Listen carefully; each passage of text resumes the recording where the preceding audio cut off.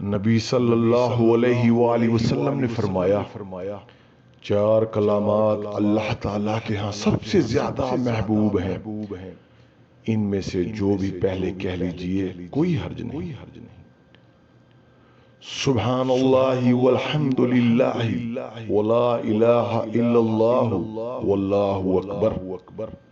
اللہ پاک ہے، سب تعریف اللہ ہی کے لیے ہے، اللہ کے سوا کوئی معبود نہیں اور اللہ سب سے بڑا ہے۔ نبی صلی اللہ علیہ وآلہ وسلم نے فرمایا اے عبداللہ بن قیس، کیا میں تمہیں جنت کے خزانوں میں سے ایک خزانے کے متعلق نہ بتاؤں؟ میں نے عرض کی اے اللہ کے رسول صلی اللہ علیہ وآلہ وسلم کیوں نہیں، ضرور بتائیں۔ آپ نے فرمایا تم کہو لا حول ولا قوت الا باللہ، گناہوں سے بچنے کی ہمت ہے نہ نیکی کرنے کی طاقت مگر اللہ ہی کی توفیق سے۔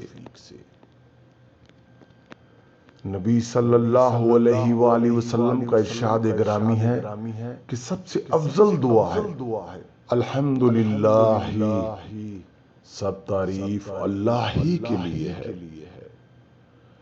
نبی کریم صلی اللہ علیہ وآلہ وسلم نے فرمایا اور سب سے افضل ذکر ہے لا الہ الا اللہ، اللہ کے سوا کوئی حقیقی معبود نہیں۔